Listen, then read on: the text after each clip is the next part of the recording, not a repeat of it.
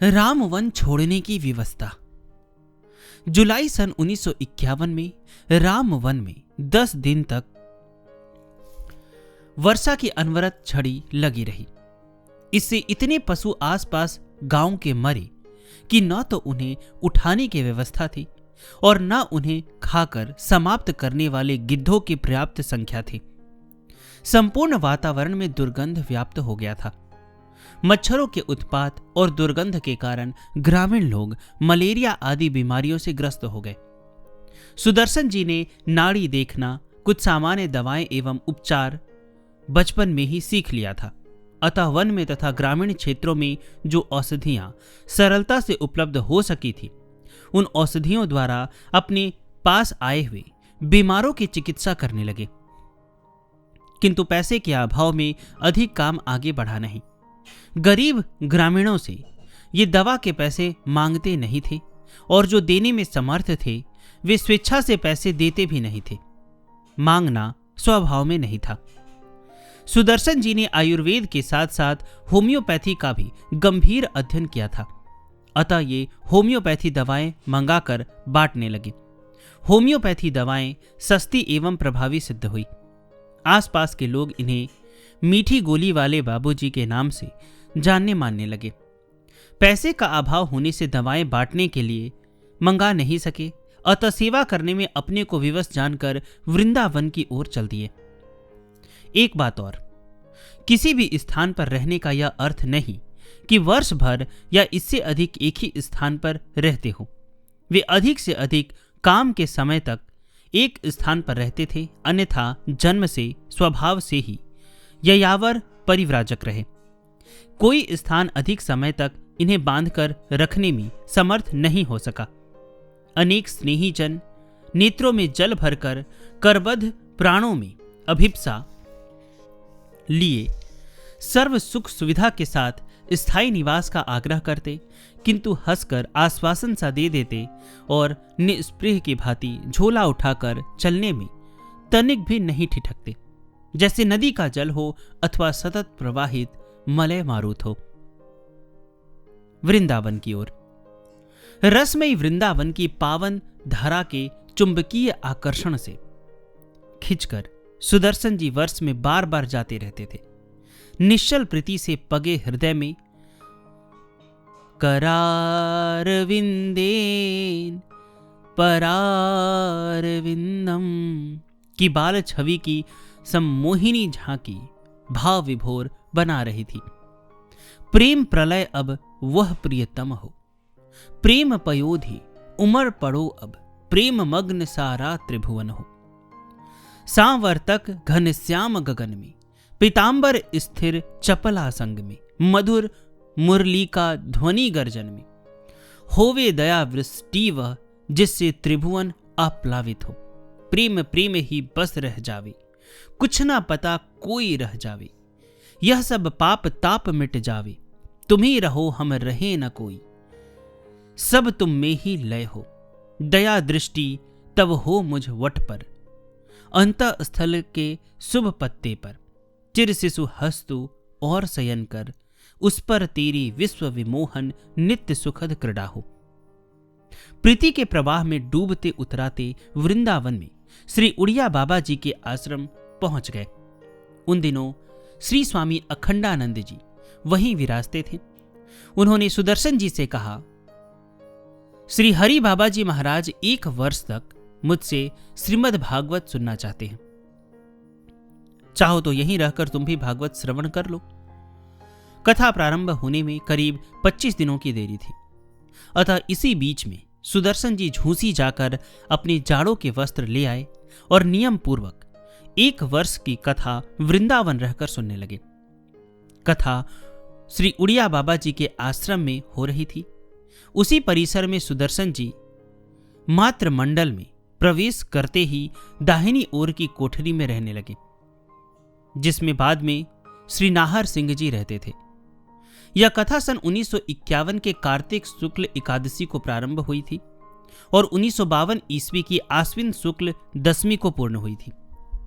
बहुत पवित्र था यह श्रीमद् भागवत कथा का संपूर्ण वर्ष। कथा का समय पहले तो सायंकाल रखा गया था और प्रातः रासलीला। पीछे के 2 महीने में दोनों समय कथा होती थी। अनंत श्री स्वामी श्री अखंडानंद जी सरस्वती वक्ता थे और श्री हरि बाबा जी महाराज प्रधान श्रोता। इसमें आनंदमयी मां, कई बड़े बड़े महात्मा, आचार्य एवं कथा के वक्ता भी सुनने आते थे। सभी लोगों ने कथा श्रवण के दिनों में रहन सहन, खान पान में विशेष संयम स्वीकार किए थे।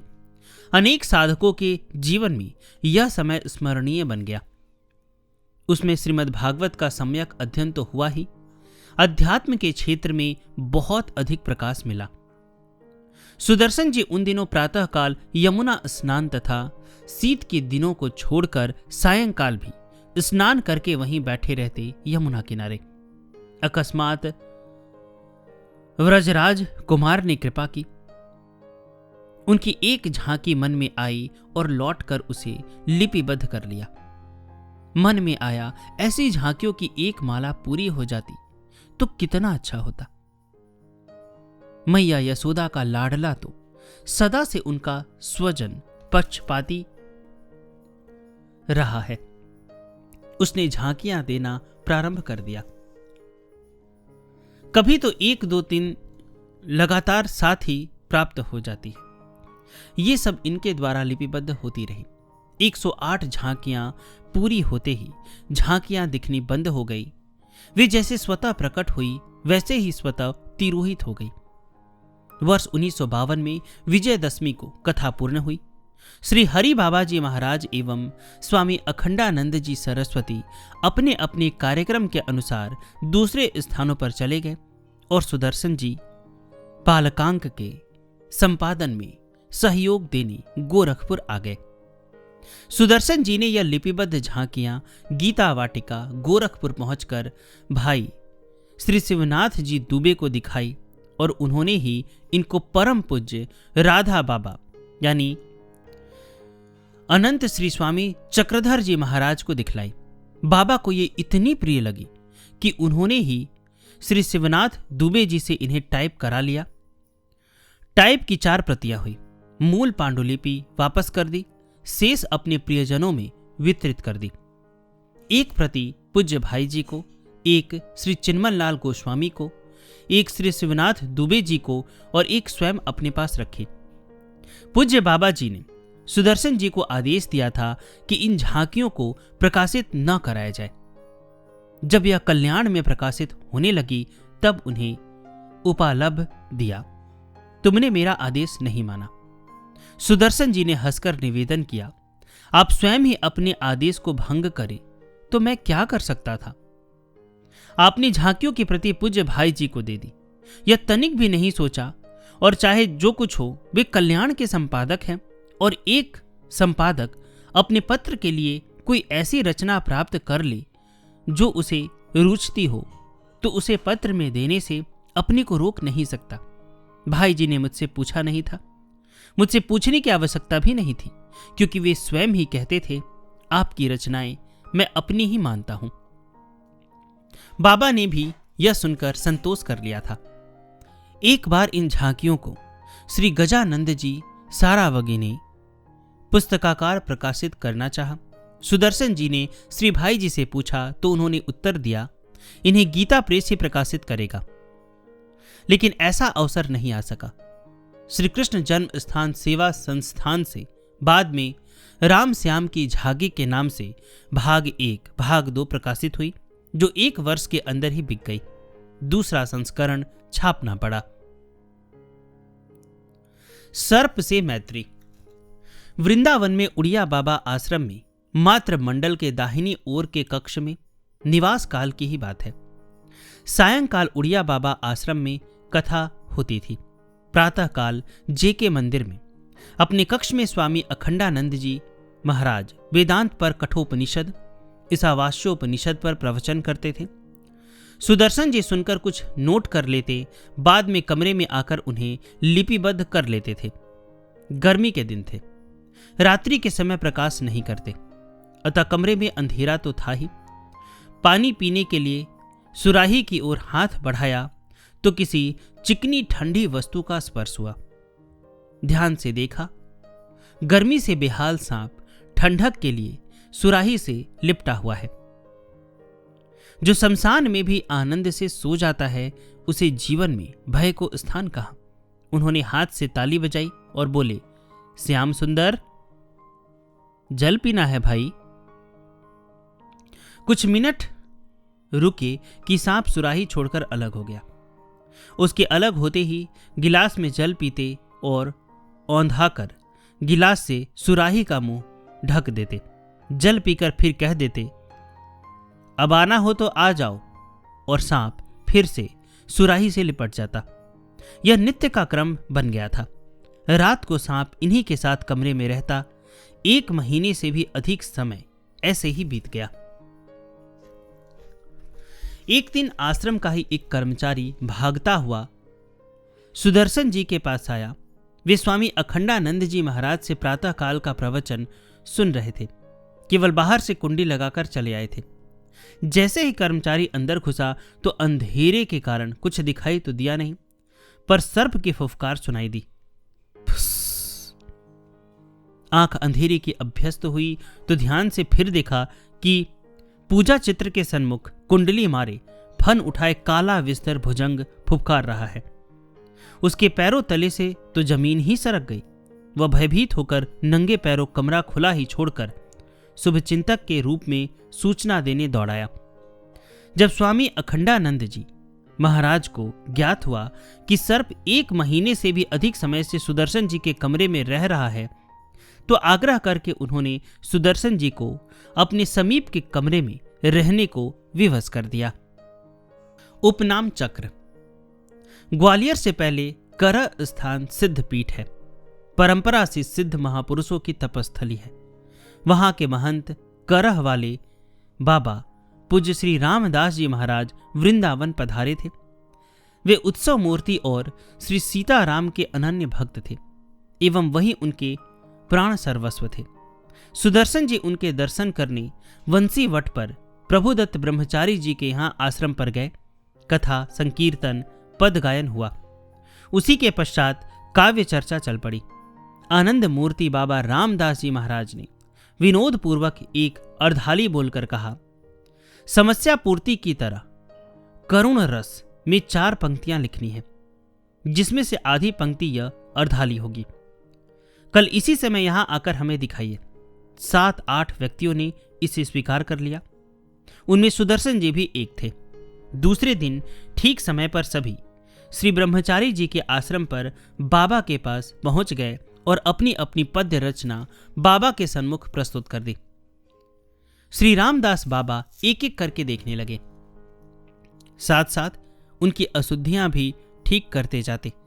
अंत में सबसे नीचे सुदर्शन जी का लेखन था। प्रथम 2 पंक्ति पढ़ते पढ़ते बाबा का मुख कमल खिल उठा। सबने तो अर्धाली का प्रयोग केवल करुण रस में ही किया था, किंतु सुदर्शन जी ने नव रसों में प्रयोग कर दिया था। प्रत्येक रस की 4 पंक्तियां थी।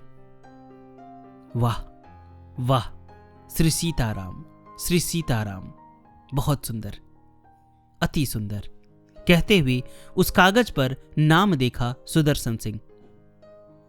कौन महानुभाव हैं भाई ये सुदर्शन सिंह? बाबा खिली मुस्कान बिखेरते आह्लाद पूर्वक बोले। सुदर्शन जी ने आगे बढ़कर प्रणिपात सहित चरण वंदन किया। श्री सीताराम, श्री सीताराम, तुमने बहुत आनंद दिया भाई, लो अपना पारितोषिक, कहते हुए बाबा ने सुदर्शन जी द्वारा लिखा गया कागज उनकी ओर आगे कर दिया। पारितोषिक शब्द सुनकर सुदर्शन जी थोड़ा चौंके।